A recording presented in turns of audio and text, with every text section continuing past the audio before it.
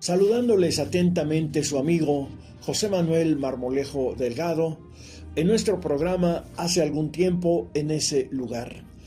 Vamos a dar inicio en esta gran estación OMV Radio en Ecatepec de Morelos, Estado de México. Vamos a dar inicio a nuestro programa con nuestra sección Ecatepec en la historia. El empleo de la piedra para construir asentamientos es tan antiguo como la propia humanidad.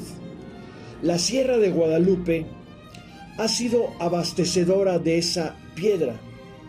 En los documentos del Archivo General de la Nación encontramos que en 1794 las losas de la Casa del Real Desagüe, hoy Casa de Morelos, provenían de minas del Cerro del Chiquihuite, Cuautepec y Chalmita.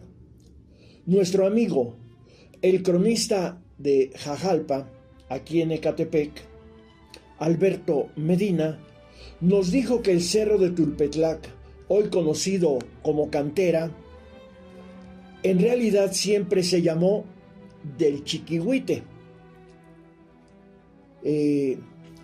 Y entonces tal vez de las minas del Chiquihuite de Ecatepec, las losas para banquetas y atarjeas de la ciudad, para la tabacalera, la enseñanza, la Catedral de México y la Casa del Real Desagüe, hoy Casa de Morelos, tal vez provenían de las minas de Ecatepec, porque el Cerro del Chiquihuite era lo que hoy conocemos como el Cerro de la Cantera. Por decreto del día 10 de agosto del año de 1976, se creó el Parque Estatal Sierra de Guadalupe en los municipios de Tlalnepantla, Ecatepec, Coacalco y Tultitlán, atendiendo el reclamo popular.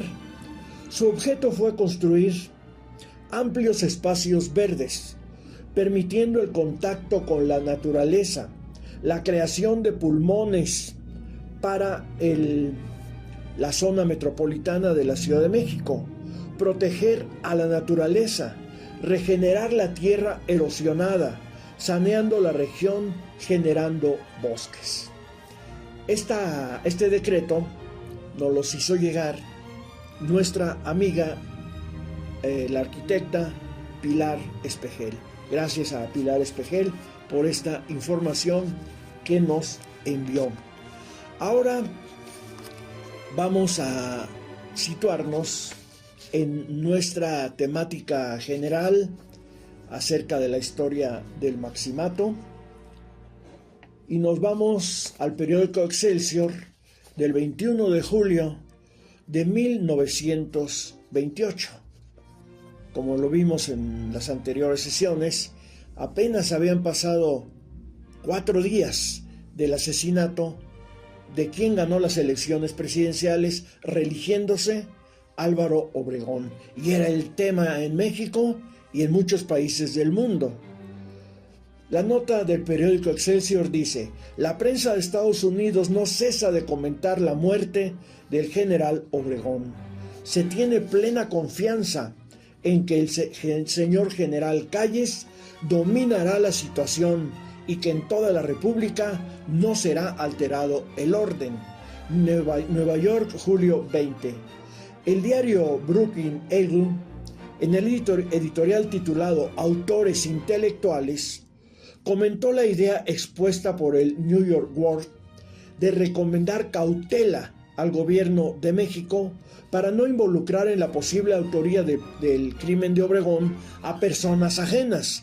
Expresó que en México se vivía un clima de venganza similar al generado en Estados Unidos por el asesinato del presidente McKinley, pero en ese país no hubo eco a los sentimientos vengativos que pedían ejecuciones por el crimen. Recomendó a Calles que no insistiera en la tesis del autor intelectual, cuando, el pueblo decía que el autor intelectual era Calles, Fue famosa aquella frase de que ¿quién mató a Obregón? Cállese la boca, señor. Como respuesta de agradecimiento por las expresiones de condolencia al pueblo de México enviada por las asociaciones de comercio de Nueva Orleans, Plutarco Elías Calles dijo, de cuyo crimen parece ser responsable el clero católico. En Nueva York se informaba que Calles formaría un gabinete obregonista a fin de fusionar a los grupos revolucionarios y fomentar el programa legislativo de Obregón relativo a las reformas judiciales y a las obras políticas. Pues esta era una falsa expectativa, porque en realidad lo que ocurrió es que Calles, después del crimen en contra de Obregón, acabó con el obregonismo, porque era una corriente que le competía a él, era su competencia política, igual que la de Luis N. Morones. Entonces se acabó con Obregón, se acabó con Luis N. Morones, y Calles quedó como único dirigente de la revolución, como el único caudillo de la revolución. Se especulaba en el sentido de que si don Plutarco continuaba al frente del Ejecutivo como presidente provisional, entonces los obregonistas ocuparían la cartera de Agricultura, Gobernación y la Subsecretaría de Agricultura, Gobernación, Relaciones, Guerra y Hacienda. Un obregonista sería nombrado gobernador del Distrito Federal. La prensa estadounidense difundía diversas teorías que señalaban que las medidas asumidas por Calles conducirían a tranquilizar políticamente a México. Una de esas medidas fue la de permitir que León Toral fuera juzgado por los tribunales del fuero común y no por una corte marcial. Eso daría pie a que su gobierno saliera libre de sospechas. La otra medida de táctica política de Calles fue el acercamiento que ofreció al obregonismo. Mentira. En torno a la sucesión especulaban afirmando que los obregonistas podrían imponer en la presidencia de México a uno de sus correligionarios, que si se dividían, entonces respaldarían a Calles como presidente provisional.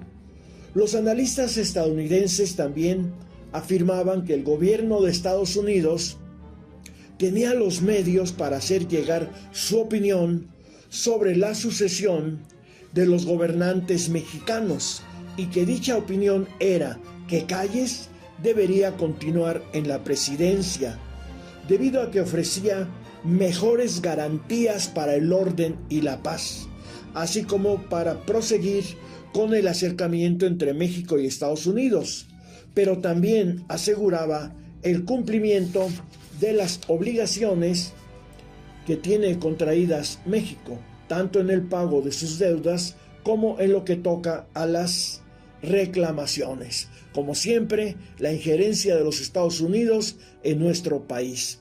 Otra nota es la siguiente. El móvil del preditorio asesinato del general Obregón fue el fanatismo, según se ha investigado la política. El inspector general de policía, general Antonio Ríos Sertuche, no quiso dar la conferencia de prensa a la que se comprometió para informar a detalle sobre las investigaciones relacionadas al homicidio de Obregón, pero solo reafirmó que la responsabilidad recaía en el clero católico. Otra nota es la siguiente. Será admitida la demanda de amparo de José de León Toral. Por motivos de salud pública se negaría ese recurso al asesino del presidente electo, general de división, don Álvaro Obregón. El señor José Méndez, a nombre de José de León Toral, entregó una solicitud de amparo en contra de las autoridades de la Inspección General de Policía, que habían torturado brutalmente a Toral, y de la Secretaría de Guerra y Marina, porque dichas instancias aún no hacían la consignación legal correspondiente del victimario, presumiéndose que intentaban formarle un consejo de guerra. Este trámite se efectuó en el Juzgado Segundo Supernumerario de Distrito, a cuyo frente se hallaba el licenciado Luis G. Corona.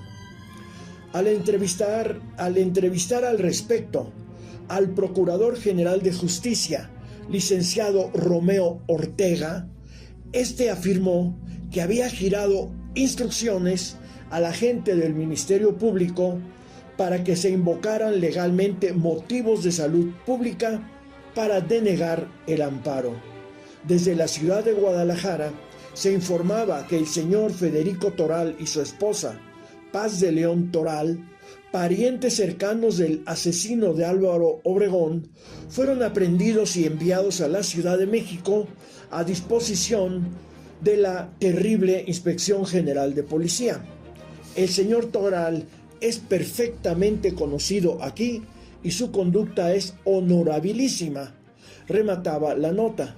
En otra información, Excelsior detalló los nombres y comentarios de todos los jefes de operaciones militares del país que unánimemente expresaban su adhesión a Calles. Bueno, pues se detuvo a mucha gente inocente tratando de inculparla en ese crimen, como desgraciadamente ha ocurrido en muchas ocasiones en nuestro país. Otra nota es la siguiente: 2 edificios más para usos oficiales. El anexo del templo de Fresnillo, Zacatecas, por acuerdo de Calles, se ponía al servicio de la Secretaría de Comunicaciones y Servicios Públicos, así como la casa número 4 de la calle de Benito Juárez en Teciutlán, Puebla, pasaba a formar parte de la Secretaría de Educación Pública. Al pie de esta página aparece este anuncio: gráficas del asesinato del señor presidente electo en revista de revistas Hoy. Bueno, como sabemos, la guerra entre el gobierno y la Iglesia Católica hizo que la Iglesia Católica decretara el cierre de templos al 1 de septiembre de 1926 y Calles respondió prohibiendo el culto, incautando los templos y haciendo que varios de esos templos o sus anexos se convirtieran en escuelas o en oficinas de gobierno. Al fin son patrimonio de la nación. Pero de esta temática continuaremos hablando en nuestra próxima emisión de hace algún tiempo en ese lugar, en esta gran estación OMV Radio en Ecatepec de Morelos, Estado de México. Se despide de ustedes su amigo José Manuel Marmolejo Delgado.